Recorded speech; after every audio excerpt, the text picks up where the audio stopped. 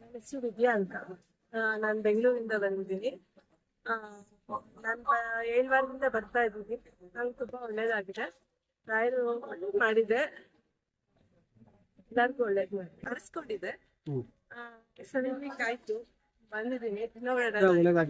ಒಳ್ಳೇದಿಂತ ಆಗಿದೆ, ಎಲ್ಲ ಚೆನ್ನಾಗಾಗಿದೆ. ರಾಯರ್ನ ನಂಬಿದ್ದೀನಿ, ನೋಡೋಣ. ರಾಯರಿದ್ದಾರೆ, ಖಂಡಿತ ರಾಯರಿದ್ದಾರೆ.